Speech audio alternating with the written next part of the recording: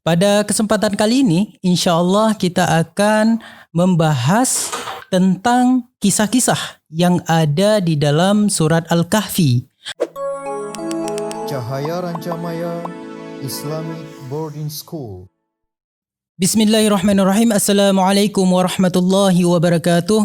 Waalaikumsalam warahmatullahi wabarakatuh. Sahabat Rancamaya, sahabat Cahaya Rancamaya dimanapun Anda berada, kembali lagi kita di channel YouTube Cahaya Rancamaya. Pada kesempatan kali ini, insya Allah kita akan membahas tentang kisah-kisah yang ada di dalam surat Al-Kahfi. Apa saja kisah-kisahnya? Kemungkinan ada 4 kisah di dalam surat Al-Kahfi. Itu yang pertama adalah kisah tentang Ashabul Kahfi atau pemuda yang berada di dalam gua, yang terdapat pada surat Al-Kahfi, yaitu pada penggalan ayat 9 sampai ayat 26. Kemudian kisah yang kedua yaitu kisah tentang pemilik 2 kebun, yaitu petani kaya dan petani miskin, yang terdapat pada surat Al-Kahfi, yaitu pada penggalan ayat 32 sampai dengan ayat 44. Insya Allah kisah yang ketiga kita akan bahas bersama-sama di sini tentang kisah Nabi Musa alaihissalam dan kisah bersama dengan kisah Nabi Khidir alaihissalam dalam perjalanannya dalam menuntut ilmu. Itu terdapat dalam surat Al-Kahfi pada penggalan ayat 60 sampai ayat 82. Dan kisah yang terakhir ialah kisah tentang Raja Zulkarnain, yaitu raja yang adil, yang terdapat pada surat Al-Kahfi, yaitu pada penggalan ayat 83 sampai ayat 101. Insya Allah kita akan bahas bersama pada kesempatan kali ini, pada kesempatan podcast kali ini. Kita sudah kedatangan juga Ustadz Kukuh di depan kita ini. Selamat pagi Ustadz Kukuh. Apa kabar? Insya Allah sehat? Alhamdulillah sehat Ustadz Nazar. Masya Allah. Ustadz Kukuh ini semakin muda kelihatannya. Padahal semakin berjalannya waktu, semakin orang itu semakin tua ya. Tapi Masya Allah, ini Pak Kukuh luar biasa, semakin muda kelihatannya. Alhamdulillah Ustadz Nazar, terima kasih. Baik Pak Kukuh, insya Allah kita akan bahas sedikit tentang kisah-kisah ya Ustadz Kukuh yang ada di dalam surat Al-Kahfi. Baik, mungkin kita mulai dengan kisah apa nih Ustadz Kukuh? Mungkin karena nama suratnya Al-Kahfi, jadi alangkah indahnya. Untuk pembahasan pertama kita akan membahas tentang cerita Ashabul Kahfi atau pemuda-pemuda gua, itu dalam terjemahannya ya. Oke, baik Ustadz Kukuh, ini ada beberapa riwayat yang mengatakan bahwa pemuda Al-Kahfi ini ada yang mengatakan 4 ditambah dengan 4 orang pemuda ditambah dengan 1 ekor anjingnya. Ada yang mengatakan 5 pemuda sampai ditambah dengan 1 ekor anjingnya, dan sampai ada yang mengatakan bahwa 7 pemuda ya ditambah dengan 1 ekor anjingnya. Gimana cerita kisahnya kira-kira Pak Kukuh?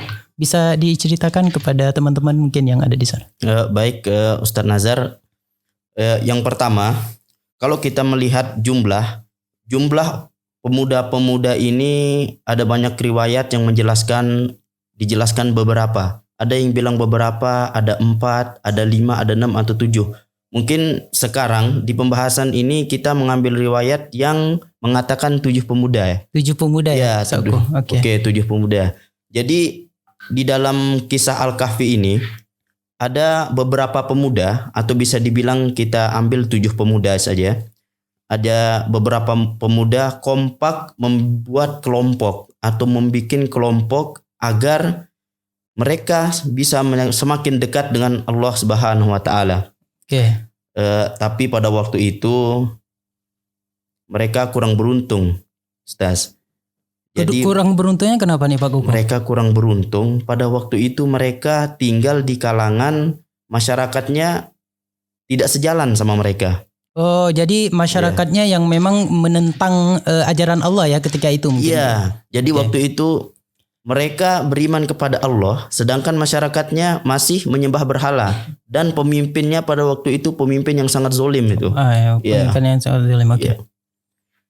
Jadi mereka memutuskan untuk berhijrah. Banyak ulama menjelaskan pemuda-pemuda ini memutuskan untuk berhijrah. Mereka keluar dari desa tersebut, tetapi jalannya tidak mulus pada waktu itu. Oh gitu. Oh. Tidak mulus. Mereka dikejar oleh masyarakat dan pemimpin pada waktu itu pun mendukung. Dengan kezolimannya mereka menyuruh masyarakat untuk mencari pemuda-pemuda ini. Tapi dengan rahmat Allah, waktu itu pemuda-pemuda atau pemuda-pemuda yang disebut dengan pemuda-pemuda Al-Kahfi ini sudah hampir menyerah, tidak ada jalan. Mereka tidak mau, mereka mau kemana, mau kabur kemana gitu, mau hijrah kemana. Cuman ada satu gua di hadapan mereka. Itu gua, tidak ada cara lain. Ya mau tidak mau mereka harus singgah di gua tersebut pada waktu itu. Setelah mereka singgah, ya di dalam riwayat juga ketika itu pemuda-pemuda tersebut sudah mulai putus asa dan tidak ada harapan lagi. Kemungkinan tidak ada harapan lagi bagi mereka. Maka di surat Al-Kahfi itu Allah Subhanahu wa taala berfirman yang menceritakan tentang ketika orang-orang atau pemuda-pemuda ini mendapatkan suatu masalah yang sangat besar dan tidak ada satupun, mungkin hampir 0% kemungkinan mereka selamat. Mereka berdoa. Di dalam firman Allah telah menceritakan di ayat iz awal fityatu ilal kahfi faqalu rabbana atina min ladunka rahmah wa hayyi lana min amrina rasyada. Allah Subhanahu wa taala berfirman pada ayat ini, ingatlah tatkala pemuda-pemuda itu mencari tempat berlindung ke dalam gua. Lalu mereka berdoa, wahai Rabb kami, berikanlah rahmat kepada kami di sisimu dan sempurnakanlah bagi kami petunjuk yang lurus dalam urusan kami ini. Surat Al-Kahfi ayat 10. Jadi menurut para ulama, doa ini adalah doa yang sangat agung. Doa ini adalah sangat yang agung, Ustaz. Doa ini sangat agung ketika kita bisa mengambil pelajaran dari kisah ini. Ketika manusia atau orang-orang mendapat masalah begitu besar, baik itu masalah kehidupan atau rumah tangga, masalah pribadi atau dan sebagainya, doa ini bisa dipakai yang berbunyi Rabbana atina min ladunka rahmah wa hayyi lana min amrina rasyada. Setelah membacakan doa tersebut, mereka langsung bertawakal atau sudah menyerahkan semuanya kepada Allah. Mereka sudah beriman dan menyerahkan kepada Allah dan masuk ke dalam gua tersebut. Seperti itu.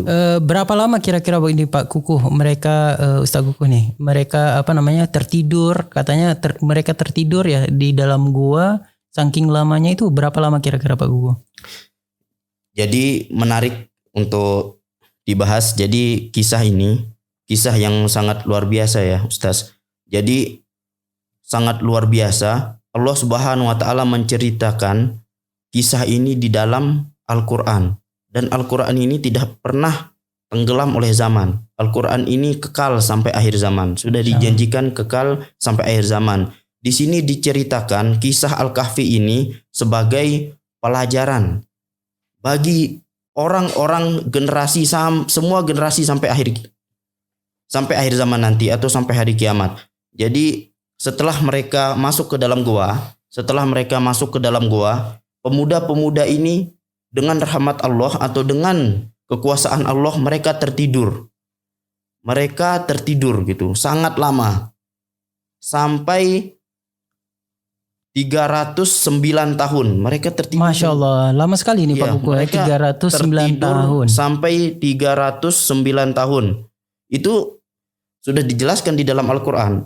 Di dalam surat Al-Kahfi juga dijelaskan ayat 25. Yang ayatnya berbunyi wala bisu fi kahfihim salasami'atin sinina wasdadu tis'a. Jadi mereka itu Allah tidurkan mereka di dalam gua tersebut.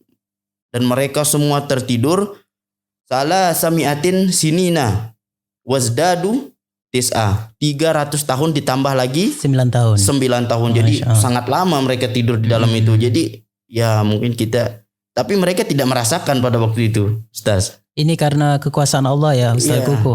Kekuasaan Allah ini semua karena kekuasaan Allah. Mereka tertidur, ya kita tertidur setengah hari saja udah Udah pas bangun merasa kelaparan ya, ya Pak Kuku. kelaparan. Mereka ini bagaimana dijaga gitu. Bagaimana dijaga oleh Allah di dalam gua, dan di gua itu tidak ada air, Tidak ada tidak makanan ada ya. dapur, tidak ada makanan, tidak ada toilet, tiba-tiba tertidur dan bangun-bangun masih merasa muda gitu. Iya, merasa muda, tidak ada perubahan dalam diri mereka masing-masing ya Pak Kuku. Iya, tidak ada perubahan. Sampai ketika mereka keluar, mereka itu wilayah mereka sudah berubah. Iya, berubah karena udah lamanya ya 300 Iya, tahun sangat kemudian lama. pasti otomatis lingkungan yang ada di sekitarnya pasti akan berubah ya, Ya, Ustaz Kuku. ketika mereka keluar, masyarakatnya kok menjadi ramah. Melihat Ya. pemimpinnya kok menjadi pemimpin yang Berbeda. berbeda. Pemimpinnya adil, baik. Ternyata setelah mereka bertanya kepada masyarakat sekitar, wah ternyata sungguh sangat lama gitu. Sangat lama. Ternyata mereka mengetahui bahwa mereka telah tidur sangat lama. Sangat lama Oh ya. itu udah 300. Sampai mereka itu dalam sebuah riwayat dari surah Al-Kahfi ini menjelaskan bahwa ketika mereka keluar ya, salah satu teman dari ketujuh pemuda ini keluar dan membeli makanan ya, uangnya itu, uang peraknya itu tidak berlaku lagi. Sauku. Udah berapa abad? Iya, udah 3 abad ya, udah 3 abad lamanya. Makanya yang penjual jadi kaget gitu ya, Iya. kaget. Ya, ini uangnya udah 3 abad yang lalu masih ada sama pemuda ini. Ya itu ibaratnya kita kalau zaman sekarang, Ustaz. Misalnya kita baru bangun langsung beli cilok keluar pakai uang yang dipakai pada zaman Majapahit gitu. Ya pasti tukang ciloknya bakal Ya, kaget. Ya. Kaget. Ini kok tiba-tiba beli cilok pakai uang kepingan. Ya setelah diteliti ya uangnya uang pada zaman dipakai pada zaman Majapahit gitu. Iya. Ya tidak mungkin. Pada waktu itu mungkin masyarakat kaget. Ini kok pemuda aneh gitu. Aneh, mereka membahas masa-masa lalu yang sejarahnya sudah berapa abad yang lalu gitu. Dan yang anehnya, yang bagusnya di sana itu Allah Subhanahu wa taala memberikan rahmat kepada mereka. Berikan rahmat kepada mereka semua. Ketika bangun mereka sudah bahagia. Bahagia. Jadi lingkungan mereka pada waktu ketika bangun, masyarakatnya sudah beriman kepada Allah Subhanahu wa taala. Pemimpinnya juga sudah beriman kepada Allah Subhanahu wa taala. Jadi mereka dikasih cobaan hanya sebentar waktu itu. Di cobaan iman mereka. Beberapa pemuda ini dicoba dan sembunyi dalam gua. Apakah mereka tahan gitu? Ya. Apakah mereka tahan untuk dikejar masyarakat, banyak dikucilkan sama masyarakat, apakah mereka tahan gitu? Ternyata mereka tahan. Dan Allah menurunkan rahmat kepada mereka, tidak merasakan kesakitan, kezoliman. Pemimpin pada waktu itu masyarakat bangun-bangun sudah masyarakatnya beriman semua. Ya, Alhamdulillah. Jadi kisah ini jadi dalam kisah ini kita bisa ambil faidah atau kesimpulan, kita bisa ambil pelajaran. Jadi ketika kita mendapat kesulitan, bagaimanapun kesulitan, sebesar apapun kesulitan kita, mari kita serahkan semuanya kepada Allah. Dengan cara kita bersabar juga ya. Dengan bersabar, dengan terus memanjatkan doa, terus kuatkan upgrade iman kita. Seperti pemuda-pemuda Al-Kahfi yang tadi, ketika mendapat cobaan mereka terus sabar, mempertahankan iman mereka, tidak tergoyah. Tidak tergoyah dengan cobaan-cobaan, tidak tergoyah dengan ancaman-ancaman bunuh gitu. Tapi mereka mempertahankan walaupun kesempatan mereka untuk kabur sudah tidak mungkin, tidak ada ini untuk kabur, tapi mereka terus seperti tadi doanya itu yang sangat, kalau sebagai kata ulama-ulama, doa agung, doa paling mustajab waktu itu. Itu dianjurkan kepada kita semua yang berbunyi tadi, Rabbana atina min ladunka rahmah wa hayyi lana min amrina rasyada. Itu mungkin bisa dipraktekkan kepada seluruh umat muslim pada saat ini ketika mendapat berbagai cobaan dalam hidupnya. Mungkin yang untuk cerita Al-Kahfi kurang lebihnya seperti itu, Ustaz. Jadi kita kan dalam surat Al-Kahfi ini ada beberapa cerita gitu.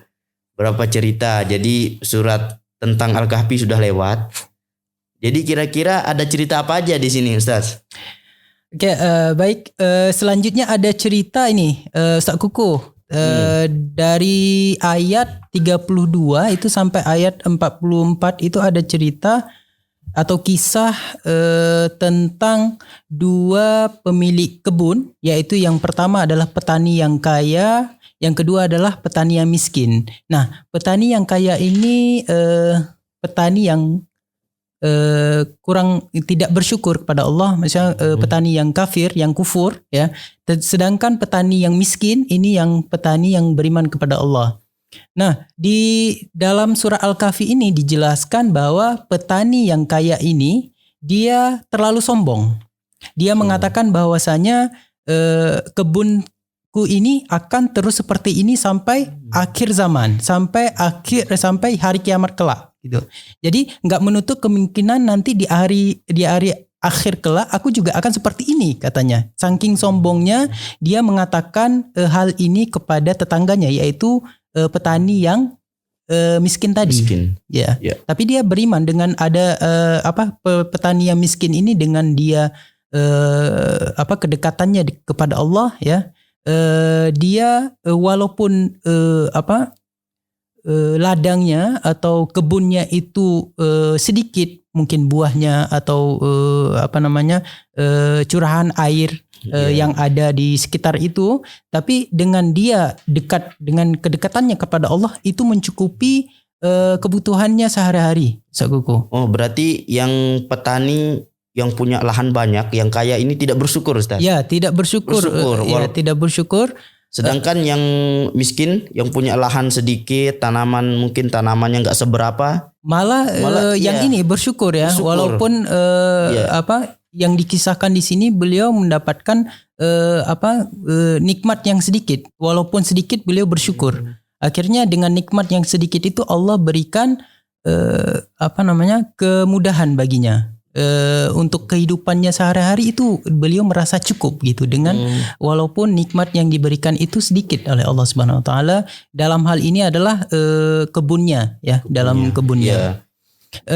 Jadi kelanjutan dari kisah ini, Ustaz Kuku, karena petani yang tadinya sombong, kemudian petaninya itu merasa bahwa ladangnya itu atau kebunnya itu akan selalu tumbuh atau akan selalu berbuah dengan banyak sampai akhir zaman nanti, dia merasa sombong, ya. Akhirnya dengan kesombongannya ini Allah membalasnya dengan pada suatu hari itu kebunnya diturunkan petir oleh Allah Subhanahu Wa Taala. Akhirnya kebunnya itu amburadul, jadi hancur semuanya. Jadi tadi dalam Al-Quran ini disebutkan dari awalnya kebunnya itu berbuah banyak, rimbun gitu, ya.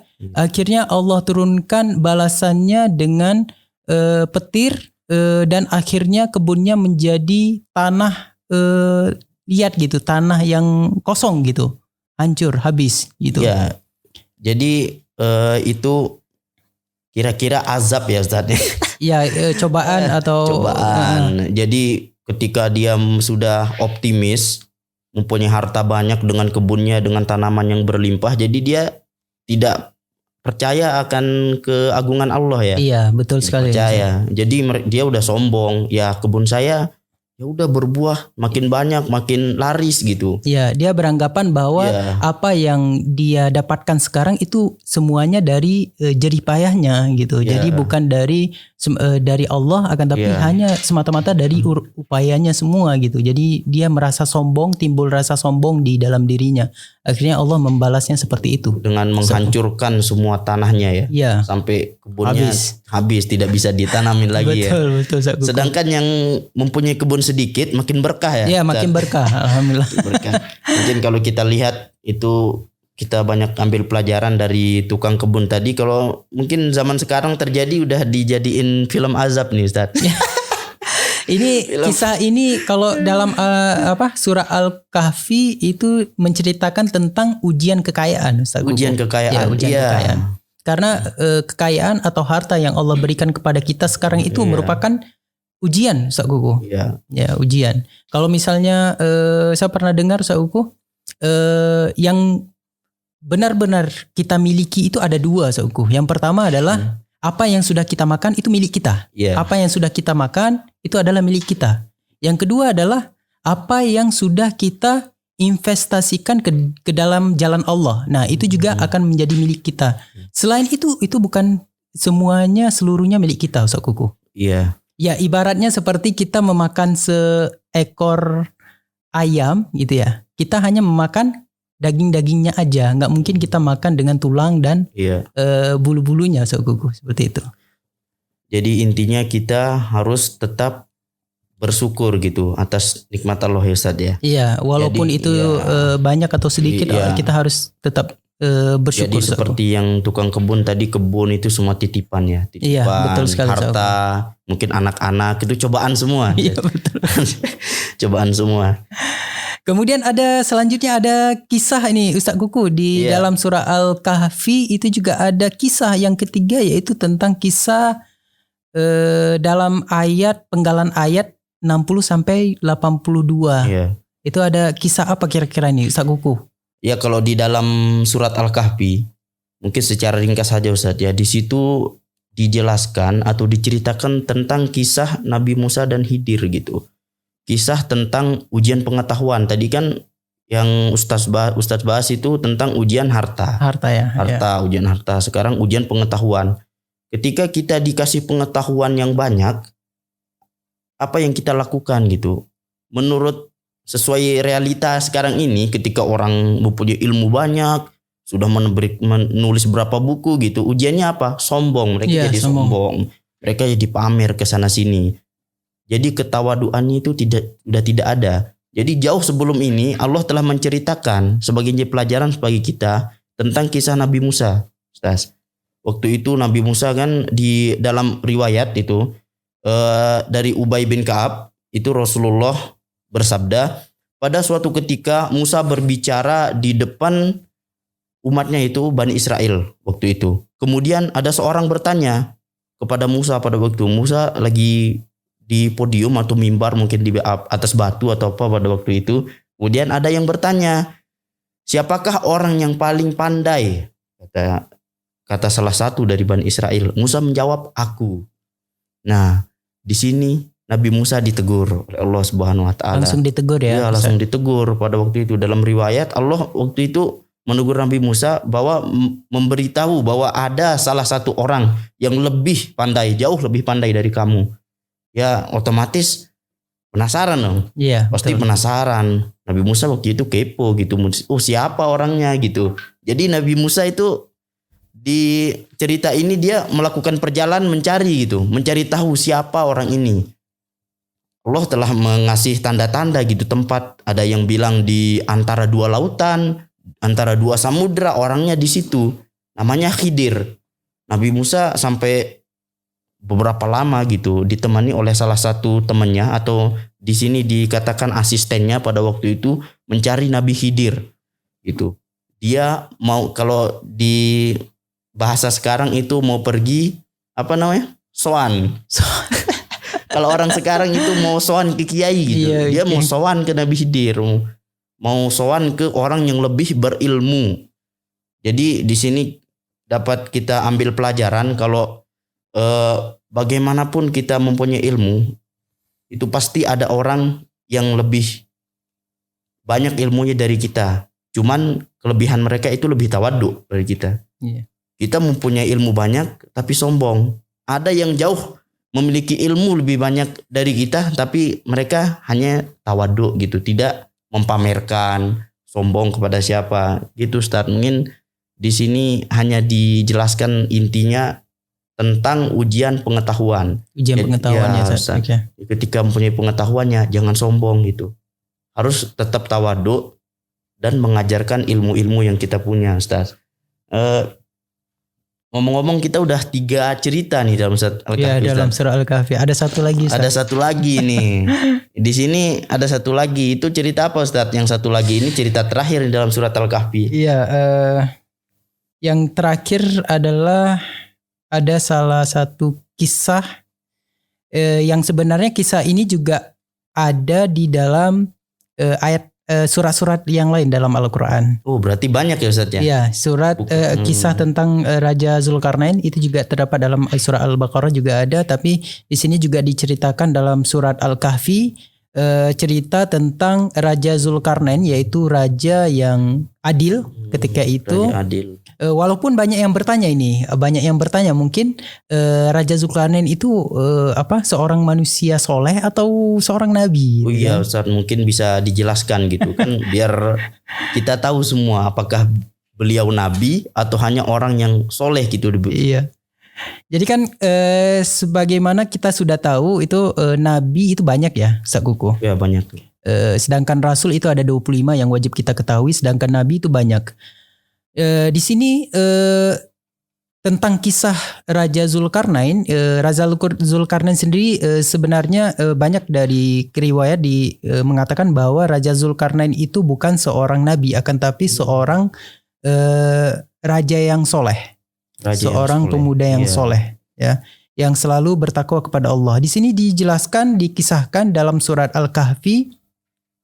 Pada penggalan ayat 83 sampai ayat 101 itu menjelaskan bahwa bagaimana Raja Zulkarnain itu menjelajahi dari timur ke barat, ya, dari timur ke barat, kemudian dari barat beliau kembali ke utara, dari utara kembali ke timur, yang dimana di situ beliau dihadapkan dengan dua bukit gunung, yang mana di gunung tersebut, di dua bukit gunung tersebut, di lembah tersebut itu ada sekelompok orang penduduk di situ, ya, yang tidak dipahami pembicaraan mereka. Jadi Raja Zulkarnain beliau diberikan kemampuan oleh Allah, diberikan kelebihan oleh Allah, dapat berbicara dalam banyak bahasa. Oh iya, berarti bisa paham ya Ustaz ya? Ya, banyak bahasa manusia ya Ustaz. Walaupun orang-orang pelosok di situ bisa paham. Iya. Nah di sini beliau dihadapkan oleh beberapa penduduk di antara dua gunung tersebut, yang mana penduduk ini mereka berbicara, tapi Raja Zulkarnain ini tidak mengerti apa yang mereka bicarakan gitu. Akhirnya Raja Zulkarnain berdoa kepada Allah dan Allah memberikan pemahaman terhadap apa yang dibicarakan oleh penduduk di situ. Nah, singkat cerita bahwasanya penduduk di situ itu sudah lama diperangi atau diganggu oleh yang namanya Ya'juj Ma'juj. Oh, Ya'juj Ma'juj ya. Iya, Ya'juj Ma'juj Ustazku. Jadi mereka penduduk di situ meminta bantuan kepada Raja Zulkarnain untuk bisa mendirikan atau membangun batasan antara Ya'juj Ma'juj dengan penduduk yang ada di situ. Oh, berarti mereka hidup pada zaman Ya'juj Ma'juj ya? Iya, banyak riwayat mengatakan bahwa Ya'juj Ma'juj itu juga akan datang di akhir zaman kelak. Ini juga merupakan salah satu tanda-tanda kiamat besar, Ustaz Kuku. Ya'juj Ma'juj, kedatangannya Ya'juj Ma'juj ya. Berarti ketika Ya'juj Ma'juj udah keluar, berarti udah pertanda ya Ustaz ya? Ya, udah pertanda bahwa kiamat itu akan segera datang, Ustaz Kuku. Ya. Itu salah satu tanda-tanda kiamat besar, Ustaz Kuku. Jadi pada waktu itu Raja Zulkarnain membangun sebuah bangunan pembatas antara Ya'juj dan Ma'juj dan penduduk di sekitar situ. Beliau membangun itu dari baja dan besi yang sangat tinggi. Dengan itu mereka Ya'juj dan Ma'juj ini tidak bisa menerobos, walaupun tidak bisa menerobos, mendaki atau melobangi bangunan tersebut, Ustaz Kuku. Sehingga mereka penduduk di situ sangat berterima kasih kepada Raja Zulkarnain. Walaupun seperti itu, Raja Zulkarnain tetap tawadu, Ustaz Kuku, di situ. beliau mengatakan bahwa ini bangunan yang itu rahmat dari Allah. Iya. Ya, bukan semata-mata saya yang mendirikan, bukan, akan tapi ini sebuah rahmat atau karunia dari Allah. Jadi walaupun seperti itu Raja Zulkarnain tetap tawadu, Ustaz Kuku. Di sini diceritakan bahwa cerita ini tentang ujian kekuasaan, Ustaz Kuku. Kekuasaan. Tetapi Ujian kekuasaan. Raja Zulkarnain pada waktu itu tidak terlena ya. Ya, tidak dengan terlena. gemerlap kekuasaan. Ya, betul, Ustaz Kuku. Dia tetap adil pada rakyat, Ya. tetap membantu, tetap turun ke masyarakat ketika rakyatnya membutuhkan gitu Ustaz ya. Luar biasa. Betul sekali, Ustaz Kuku. Mungkin ini bisa dijadikan pelajaran saja. Ya, betul sekali. Melihat pemimpin sekarang, rakyatnya banyak yang katakan menderita gitu, bisa mempelajari lebih dalam tentang kisah pemimpin yang adil, yaitu Raja Zulkarnain. Okay. Dalam sebuah hadis bisa ada dalam sebuah hadis dikatakan bahwa seorang pemimpin itu adalah pelayan seharusnya, Sauku. Ya, berkhidmah ya, untuk rakyatnya, pelayan seharusnya, bukan dilayani. Iya, betul. Ya, jadi itu kebalik gitu ya. Oke, Sauku, ini alhamdulillah kita sudah bahas tentang kisah-kisah yang ada dalam surat Al-Kahfi. Ya. Ada 4 kisah tadi sudah, alhamdulillah kita sudah bahas secara umum kepada semua sahabat Cahaya Rancamaya dimanapun berada. Kemudian satu lagi mungkin Ustaz Uku sebelum kita akhiri perjumpaan podcast kita kali ini, dari surat Al-Kahfi ini sendiri itu ada riwayat yang mengatakan kita itu dianjurkan untuk membaca surah Al-Kahfi, Ustaz Uku. Oh iya, itu Ustaz, itu udah dijelaskan dalam hadis sahih Ustaz. Sekiranya ada 2 hadis sahih yang menjelaskan, tapi secara umum dulu untuk surat Al-Kahfi ini di dalam beberapa riwayat itu kita dianjurkan untuk membaca atau memahami atau menghafal ayat 1 sampai 10 surat Al-Kahfi. Iya. Katanya untuk melindungi kita dari fitnah Dajjal. Iya, Nanti ketika betul, orang yang udah membaca ayat 1 sampai 10 melindungi kita dari fitnah Dajjal. Dan ada yang lain juga. Kita yang tadi yang Ustadz sudah bilang itu untuk surat Al-Kahfi ini kita dianjurkan untuk membacanya pada malam Jumat dan hari Jumat. Hari Jumat dan malam Jumat ya. Ya, ini ada 2 hadis. Jadi yang hadis untuk malam Jumatnya ada hadis sahih riwayat Ad-Darimi. Itu Rasulullah Shallallahu Alaihi Wasallam bersabda, man qara'a suratal kahfi lailatal jum'ati alahu minan nuri fima bainahu wa baina baitil atiq. Yang artinya barang siapa yang membaca surat Al-Kahfi pada malam Jumat itu akan disinari cahaya antara dia dan Ka'bah. Baitul Atiq itu Ka'bah. Dan di hadis yang kedua, hadis sahih juga yang diriwayatkan oleh An-Nasa'i dan Al-Baihaqi yang berbunyi bahwa Rasulullah Shallallahu Alaihi Wasallam bersabda, man qara'a suratal kahfi fi yaumil jum'ati alahu min nuri ma bainal jum'atain. Kalau yang di sini, barang siapa yang membaca surat Al-Kahfi fi yaumil jum'ah di hari Jumat itu, maka dia akan disinari cahaya di antara 2 Jumat. Jadi itu kelebihannya Ustadz. Jadi di antara Jumat sekarang sampai Jumat depannya lagi disinari oleh kita akan diberikan disinari cahaya ilahi gitu, dengan dikasih rahmat, dikasih pertolongan Allah mungkin Ustadz ya. Jadi begitu besar gitu pahala atau besar faedah ketika kita membaca surat Al-Kahfi pada malam Jumat dan hari Jumat. Kalau masih ada yang bertanya, ini hadisnya sahih. Bisa dilihat nanti ketika kita mengamalkan hadis sahih, berarti otomatis itu sudah pasti pahalanya udah banyak gitu Ustaz. Masya Allah. Baik, sahabat Cahaya Rancamaya dimanapun Anda berada, mungkin untuk kisah-kisah yang ada dalam surat Al-Kahfi sudah kita bahas sama-sama tadi, insya Allah dengan Ustaz Kuku juga. Secara umum kita sudah bahas.